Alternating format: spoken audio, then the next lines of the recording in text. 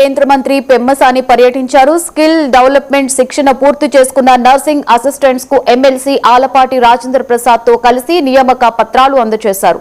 జీవితంలో అవమానాలను పట్టించుకోకుండా సంకల్పంతో ముందుకు సాగాలని పెమ్మసాని సూచించారు. శిక్షణ అనేది ఒక భాగం మాత్రమేనని, క్రమశిక్షణతో పనిచేస్తే విజయాలు సాధ్యమని తెలిపారు. ఆలపాటి రాజేంద్ర మాట్లాడుతూ స్కిల్ డెవలప్మెంట్ యువతకు మంచి భవిష్యత్తు చూపిస్తుందని అన్నారు. ఈ కార్యక్రమంలో పలువురు అధికారులు, నాయకులు పాల్గొన్నారు.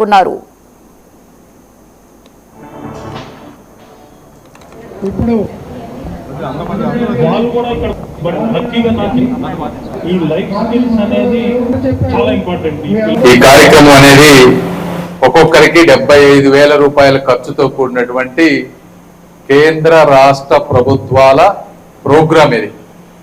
అంటే కేంద్రం 60% డబ్బులు ఇస్తుంది, స్టేట్ గవర్నమెంట్ 40% డబ్బులు ఇస్తే రెండిటి భాగస్వామ్యంలో మీకు ఇక్కడికి ఇచ్చినటువంటి అకామిడేషన్ కానీ, ఫుడ్ ఫెసిలిటీస్ కానీ, అదేవిధంగా ట్రైనింగ్కి సంబంధించినటువంటి ఖర్చులు ఇవన్నీ కూడా వస్తాయి.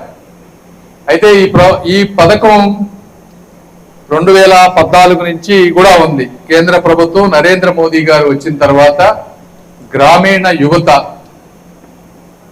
ఈ భారత అభివృద్ధిలో పాలు పంచుకోవాలి, అదేవిధంగా మహిళలు ప్రత్యేకంగా ఈ దేశ జనాభాలో 50% ఉన్నారు, వారు కూడా అభివృద్ధిలో భాగమైతే దేశం ప్రపంచంలో ఒక అభివృద్ధి చెందిన దేశం, ఒక డెవలప్డ్ నేషన్ గా తయారవుతుందనేటువంటి ఉద్దేశంతో అనేక రకాలైనటువంటి స్కిల్ డెవలప్మెంట్ ప్రోగ్రామ్స్ తీసుకొచ్చారు. అయితే వారు ఆ ప్రోగ్రామ్ తీసుకొచ్చినా కూడా ఇందులో స్టేట్ గవర్నమెంట్ 40% డబ్బులు ఇవ్వాలి. నేను చూస్తా ఉన్నాను వచ్చిన దగ్గర నుంచి మీరు ఎక్స్ప్లెయిన్ చేయటం కానీ మినిస్టర్ గారికి, అదేవిధంగా ఇక్కడికి వచ్చి అందరూ కూడా మేము మాట్లాడాలి. అది 1 నిమిషమా, 2 నిమిషాలా, 3 నిమిషాలు అనేది కాదు.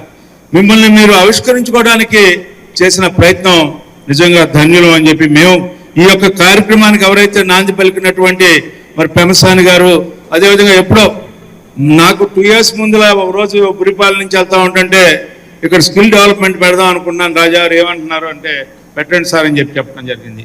ఆయన దాన్ని అనుకున్న దాన్ని సాధించేదానికి, ఆ సాధించేదాన్ని కూడా సక్రమంగా జరుగుతుందా లేదా అని చూసుకుంటానికి, దాన్ని సమర్థించుకోవడమే కాకుండా దానివల్ల ఈ సమాజానికి ఉపయోగపడాలని చెప్పి తాపత్రయం, తపన మీ అందరూ కూడా మరి ఆ ఇద్దరు దంపతుల ద్వారా మనం చూస్తున్నటువంటి వాస్తవాలు ఈ రోజున ఇక్కడ ఉన్నటువంటి ప్రత్యక్ష సాక్ష్యం అని చెప్పి, మరి అలాంటి దేవాలయం నుంచి ప్రతి ఒక్కరూ కూడా జీవితాల్లో స్థిరపడాలి, ఆనందంగా జీవించాలి, ఇతరులకి మార్గదర్శకంగా ఈ దేవాలయం నుంచి వెళ్ళిన ప్రతి ఒక్కరూ కూడా ఆ మౌలిక సూత్రాన్ని మర్చిపోకుండా ఇతరులు కూడా అదే రకంగా తయారయ్యేలాగా చూడాల్సిందిగా కోరుకుంటూ